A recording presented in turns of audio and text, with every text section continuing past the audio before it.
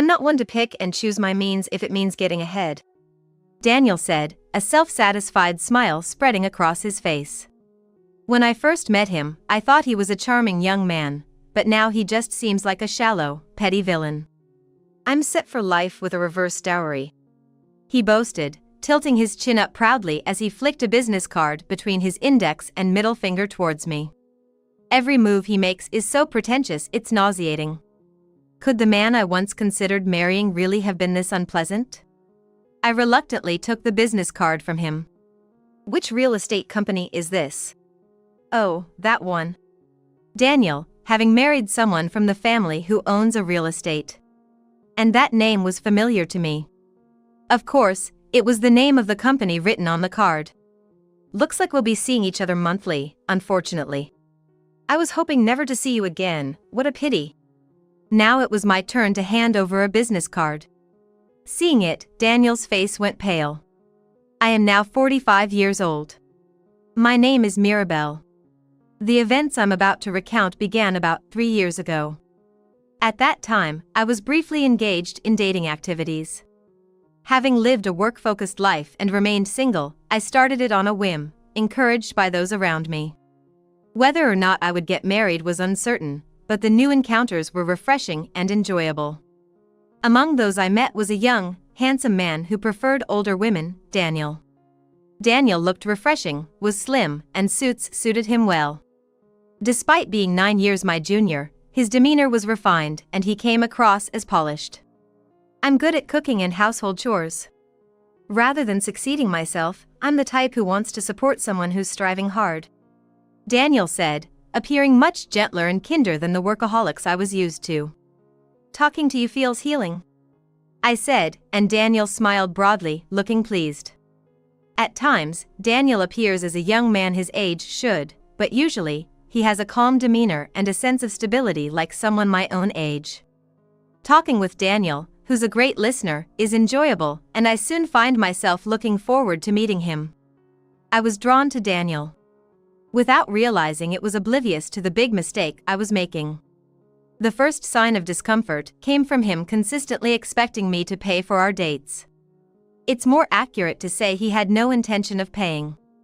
"Let's go," he would say, standing up with the freshest smile after we finished eating and talking at the restaurant we went to for our date. He'd then casually walk away, ignoring the bill, which initially took me aback. He's nearly 10 years younger than me and I earn more, so I don't mind paying. However, I can't help but wish he would at least pretend to reach for his wallet. It's not that I don't want to pay. It's just his attitude of assuming it's natural that bothers me. Couldn't he at least show a bit of restraint or say thanks every now and then? My feelings were mixed, and when I asked around, opinions were divided. Some said the one who earns more should just pay and be happy about it, while others believed men should always treat women. One person even said going Dutch is much simpler. The most striking advice was that I should talk directly to the person I might marry about this. Indeed, harboring doubts isn't good if we might become a family in the future. So, I decided to confront Daniel directly. "You know, I've been paying for us most of the time, right? I was thinking we could either go Dutch or take turns paying from now on. What do you think?" Daniel seemed taken aback at first. He cleared his throat and appeared to think for a few seconds. He seemed to carefully choose his words. Then, he sincerely apologized before explaining. "I thought it's manners to treat someone with a higher status, so I misunderstood. I thought it would be rude not to express my gratitude by just saying thank you. I'm not used to dating like this. I could have offered to pay. I'll do so next time." Indeed, among older men I know, it's common and even a point of pride to treat others. We agreed to take turns paying from then on. However, the feeling of unfairness persisted. When I was there, we would go to nice restaurants, movies, or museums, but when it was Daniel's turn, we'd end up at cheaper places, like cafes for meals and parks for outings. It might just be a matter of taste, but it leaves me feeling a bit off. However, before I could even start to complain, Daniel said, "I'm sorry, I can't take you to nicer places when it's my turn. My income isn't much, so this is the best I can do. Look, he said, looking downhearted as he even showed me his bank statement. I understood and immediately felt better, forgiving Daniel. After all, I didn't care about the money. I wanted a partner I was compatible with, so I actually appreciated his gesture. Most importantly, we got along well. I started to think Daniel was the one. 2 months into our relationship. Seeing Daniel on weekends has become a part of my routine. That day, I went out for a date with Daniel.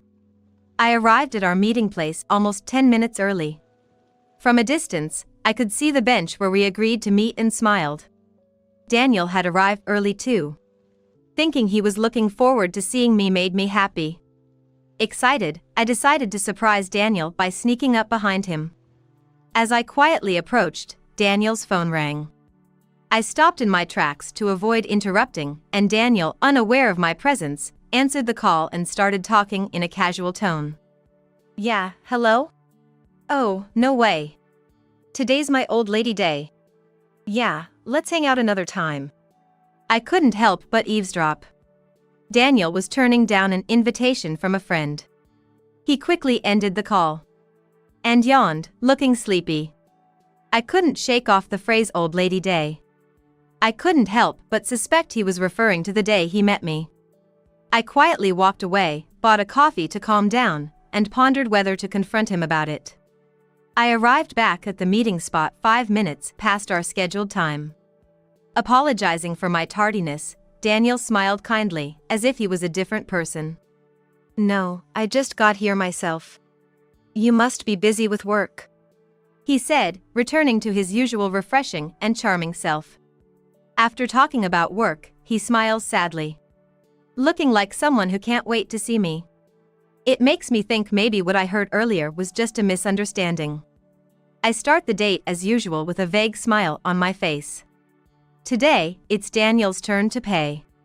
Usually, we just have coffee, but today, Daniel suggests going to a restaurant that's a bit more upscale than usual. We arrive at the restaurant in Daniel's car and are led to a slightly secluded table. It seems he even made a reservation, which is rare for him.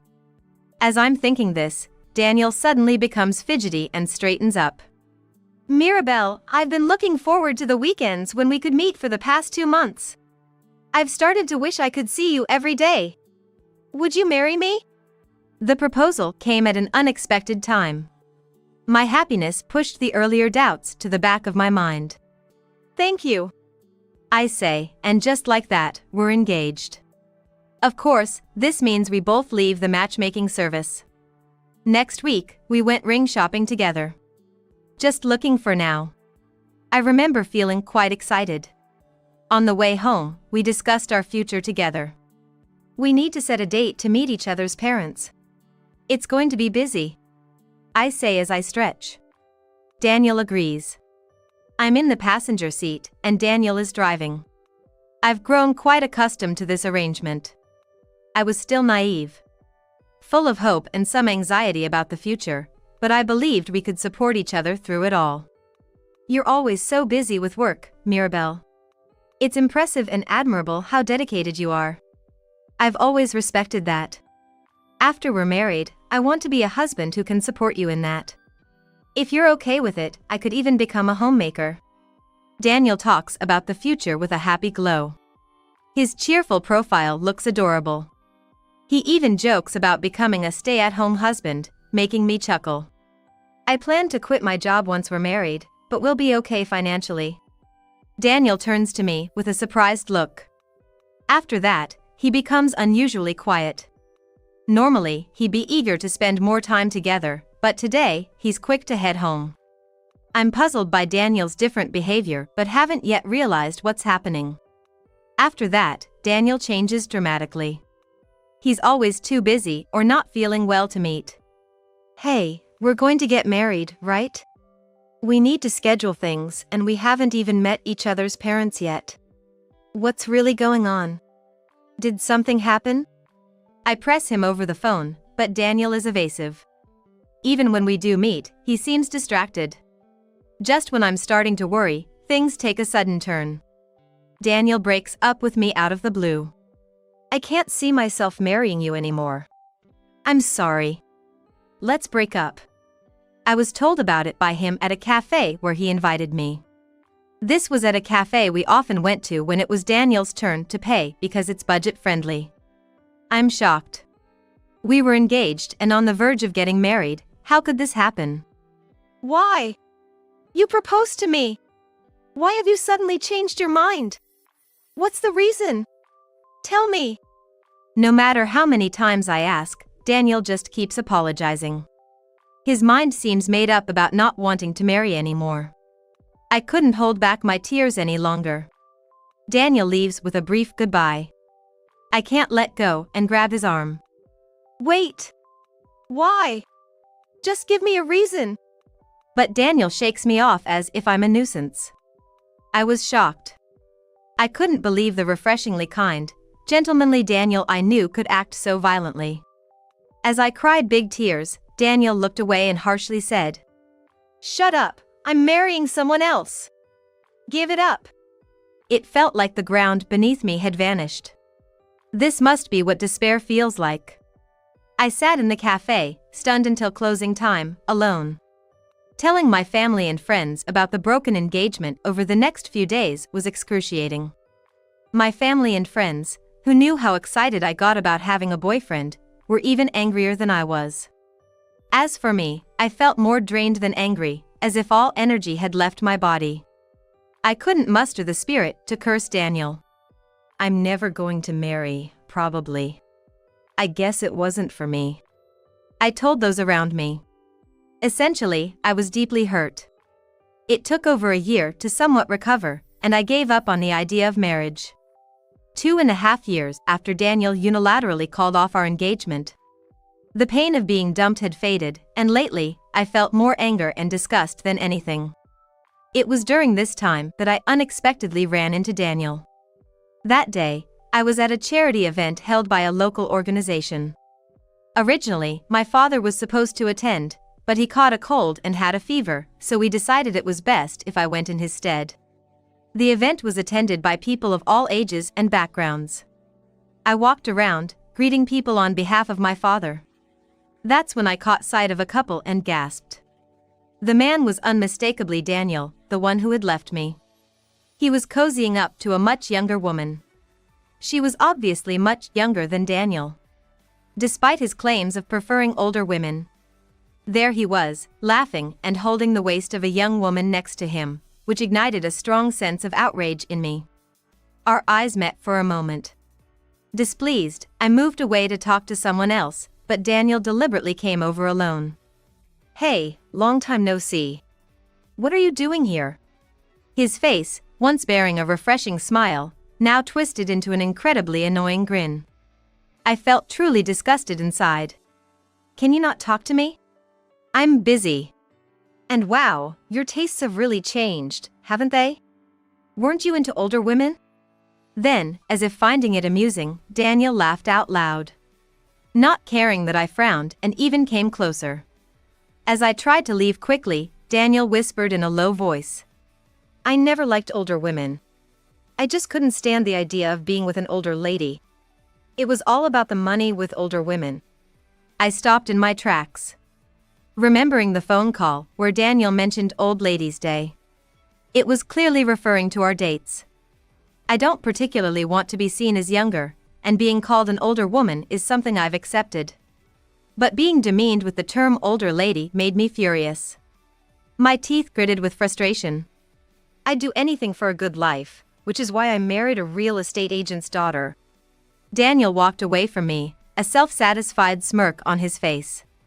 The Daniel I met once seemed like a great person, but now, he just seems like a petty villain, a shallow young man. If he can change his impression this much, he should quit aiming for a marriage of convenience and become an actor instead. "I'm set for life with a marriage of convenience," he boasted, raising his chin proudly as he flicked a business card between his index and middle finger towards me. Every gesture he made felt pretentious, almost making me sick. Could the person I once considered marrying really have been this unpleasant? I reluctantly took the business card from him. "Which real estate company is this?" "Oh, that one. It seems Daniel has married into a daughter of a family who owns a real estate business. The name was familiar to me. The company name was Turner Real Estate. Without even checking his position, I pushed the business card back to him. Looks like we'll be seeing each other monthly, unfortunately. I was hoping never to see you again, what a pity. Saying so, I handed him my father's business card I was carrying. Daniel looked confused for a moment. King, wait, you mean there's a connection? He murmured it and turned pale. He finally seemed to realize it. Even if he was slow on the uptake, I explained in detail so he could understand. That's my father. He couldn't make it today, which is lucky for you since he'd probably prefer not to meet you. My family owns a lot of land. You could say we're quite the landlords. I think our assets are probably around $400 million. The reason I said I'd quit my job after getting married was because living off my family's passive income was more than enough. The reason I worked at a regular company was for my own sake. Because I liked working. So, after getting married, I planned to quit my daily job and focus on supporting my father's landlord business.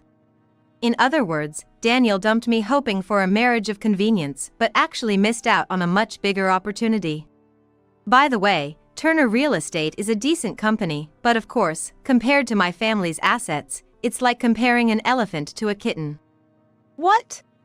Seeing Daniel speechless, I finally burst into laughter. I had planned to talk about my parents and our family's assets when he came to greet them. Hence, Daniel knew about my job but had no idea my parents were that wealthy.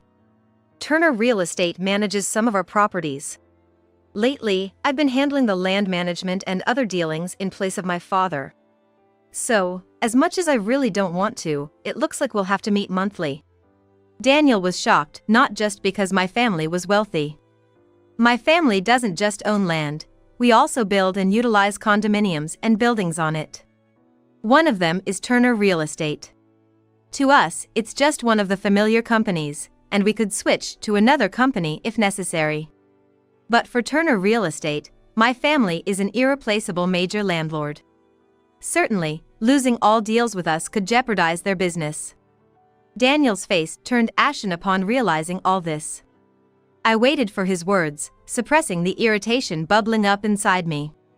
Instead of protesting with "I didn't know about this," Daniel surprised me by reacting positively. So that's how it is. Wow, I'm so happy we'll continue to meet. It must be fate between us. Unbelievably, Daniel's demeanor changed, and he started flattering me. It makes one question what kind of mentality he possesses. He must be beyond brazen and shameless. The thickness of his face must be at least 5 meters. Stop. How could there be any fate between us? It's unpleasant. I firmly rejected him, frowning. As I tried to walk away, Daniel stubbornly followed. Hang on. Isn't it fate that we meet like this? You used to like me, right? It's not too late to go back to how things were. His distasteful words genuinely infuriated me. Plus, his persistence prevented me from greeting other important people. Thinking I'd escalate the situation if that's how he wanted to play it, I loudly called for help. Please help me, I'm being followed. Someone, get this man away from me. Ken, the CEO of Turner Real Estate and Daniel's father-in-law, rushed over in a panic. It's natural, seeing his son-in-law becoming the center of attention as a stalker. Since I had already greeted Ken, he should have known who I was. Stay away from her, Daniel. I'm terribly sorry. What happened here? Ken scolded Daniel and quickly turned to me. It was only natural to tell him everything since he asked. I told Ken the whole story. Actually, he was my fiance about 2 years ago. He approached me earlier after recognizing me. Despite breaking off our engagement on his own because he was aiming for a marriage of convenience, he's been bothering me wanting to reconcile after finding out about my family. I have no intention of getting involved with him. Please, take care of it on your end. Daniel's wife, Mary, also arrived. I had heard her name in my conversation with Ken. Wondering how the young wife would react, Mary looked bewildered and said, He tried to cheat? Her shock was apparent, but I was a bit surprised that this was her response to the situation. Well, maybe she just hasn't grasped the situation yet. I feel very inconvenienced. Please do not come near me. I stated clearly in front of everyone, directly to Daniel. I frowned at Daniel, still showing signs of attachment, and walked away. I hoped Ken would take the hint and keep Daniel away from me in the future. A few days later, I received a call from my family home. A woman named Mary, crying profusely, had come looking for me. When I rushed home, indeed, it was Daniel's wife, Mary. She had tried to confront Daniel after I left. However, Daniel wouldn't listen and fled from both Mary and his father-in-law, Ken, at the event. Furthermore, she said he came home yesterday only to suddenly tell her he wanted a divorce. Because he had reunited with his destiny. Listening to Mary's sobbing story, I braced myself, wondering if by destiny he meant me. But it seemed Mary didn't know who this person was. She had heard through the grapevine about how Daniel had suddenly left me before and came seeking help in desperation. I didn't know anything about you being engaged to Daniel in the past. I'm so sorry. Mary apologized tearfully. At the charity event, there were my friends and relatives. They might not know Daniel by face, but knew the story. Surely, someone must have told Mary. No, you're just another one of his victims, aren't you? Please don't apologize. I comforted Mary. Seeing a girl about 20 years younger than me crying like this made me feel more pity than resentment. The thought of Daniel hurting an innocent woman made him all the more unforgivable. Do you know where Daniel is now? This is terrible, unforgivable. Mary asked, but I truly didn't know, so I shook my head. We were troubled for a while, but then it hit me. Considering his recent behavior, Daniel probably wanted to reconcile with me. So, I thought if I contacted him from my phone, he would jump at the chance. I had blocked Daniel's number in a fit of anger after he abruptly broke up with me. I quickly unblocked it, prepared myself, and then called. As expected, Daniel eagerly responded. Hello. Good. Mirabelle, you've forgiven me. I wanted to scream at his delusional talk but held back. Suppressing a sigh, I spoke. Do you want to talk? Can you come to this place? It's my family home. As soon as I mentioned my family home, Daniel sounded even happier. Probably expecting to meet my wealthy parents. Of course, my parents despised Daniel to the point of not wanting him in their sight. I love you, I'll come pick you up right away. You were waiting for me after all. We were just immature before. But if you forgive me, everything can go back to how it was. We're destined lovers, after all. Disgusted by his self-indulgent words, I moved the phone away from my ear and grimaced. Mary, not hearing the call, looked at me anxiously. I gave her a serious thumbs up. Mary, can you call your father right now? I whispered to her, moving away from the phone. Biting her lip and holding back tears, Mary nodded. I told Daniel the place and time, then hung up. Now, the stage was set. An hour later, oblivious that we were fully prepared, the foolish Daniel casually arrived at my family home. As I opened the door for him, he stepped in with a dance-like step. Mirabelle, I've kept you waiting. What? Daniel froze as he entered the house. Of course, the entrance was greeted by an infuriated Ken and a sobbing Mary. Daniel, how dare you betray Mary like this? It was all about the money from the start. Ken shouted, and Daniel stepped back, pale as a ghost. But there was no escape. I blocked the exit, standing firm. You thought I was waiting for you? In a way, yes, to formally cut ties.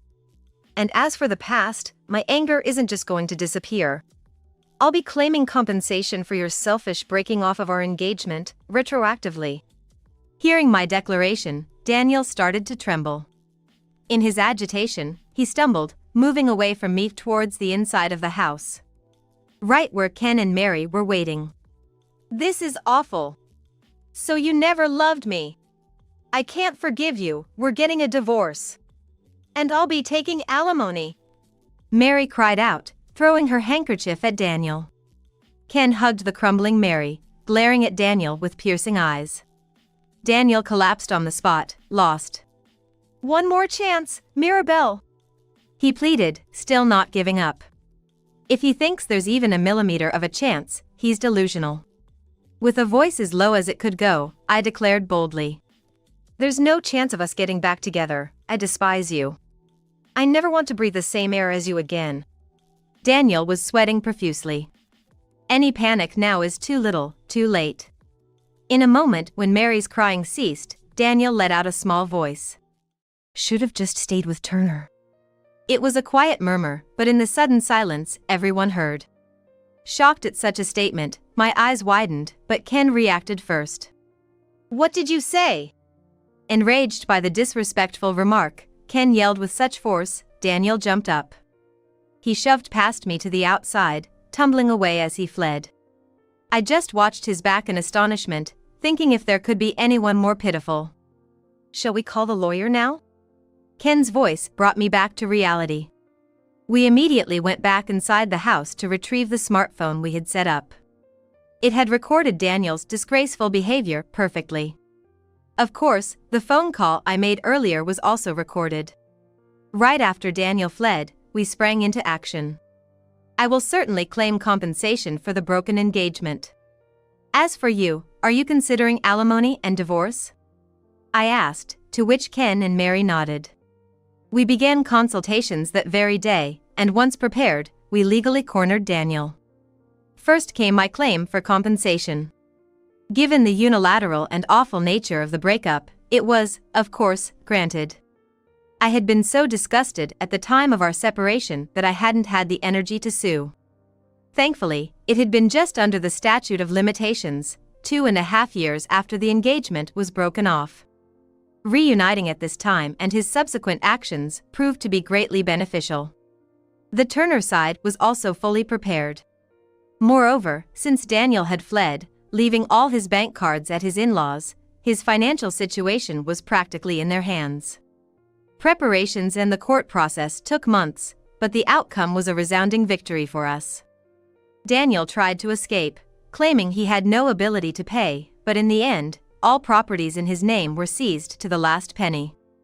It seems Daniel was more inclined to spend than save, and even after liquidating his savings, the amount was insufficient to pay both Mary and me. Not wanting to pay any more, Daniel vanished. It's no surprise he disappeared from the local area. My family has been a prominent landowner for generations with significant influence in many places. After picking such a fight, it was natural he couldn't live around here anymore. But it wasn't just that, Daniel had truly vanished. Even contacting his family yielded no clue to his whereabouts. Perhaps fearing my family's glare, they claimed to have cut ties with him right from the start, offering no help whatsoever. Well, it's all over now, and since I don't want to see his face ever again, it feels quite relieving. About 2 years after our reunion, there was only one time when I thought of Daniel again. It was when I saw news about homeless people being evicted from their tents in a large park. On the edge of the TV screen, I briefly saw a man who looked a lot like Daniel. I did a double take, but he disappeared too quickly, so it might have been someone who just looked similar. However, if that really was Daniel, I thought it a fitting end for someone who sought luxury and played with people's hearts. Several years have passed since that incident. Surprisingly, I'm now married. Given that I had declared I wouldn't think of marriage again, my parents and friends were all shocked. My husband's name is, believe it or not, Ken Turner. He was Daniel's father-in-law, Ken, for a brief period. Ken and I had originally known each other through land utilization work, but we got to talk about non-work-related things a lot because of this incident. As a result, we became very close after thoroughly dealing with Daniel together. Mirabelle, I think living the rest of my life with you would be wonderful. Would you marry me? I remember how he looked away shyly. My husband was a single father who became single early on. He lost his wife in an accident over 10 years ago and had been single since. But our unexpected harmony led to marriage in no time. It's funny how things that seemed so unlikely for me ended up happening so quickly. So, fate is really something unpredictable. I can leave my father to you with confidence, said Mary, who became my daughter-in-law. Mary and I, both hurt by the same person, Daniel, initially bonded over our shared wounds. However, as we became closer, the past became irrelevant, and now I see Mary, who's good at acting spoiled, more as a dear younger friend than a daughter. Being an only child, I had been worried about what to do with my assets as I got older. The reason I ventured into dating was based on such concerns. But now, there's Mary. She may be a bit airy, but she's such a good girl that I feel I can entrust everything to her with ease. I just hope she finds a reliable partner, something I do find myself thinking about these days. Mary is currently dreaming of her second marriage and is back in the dating scene.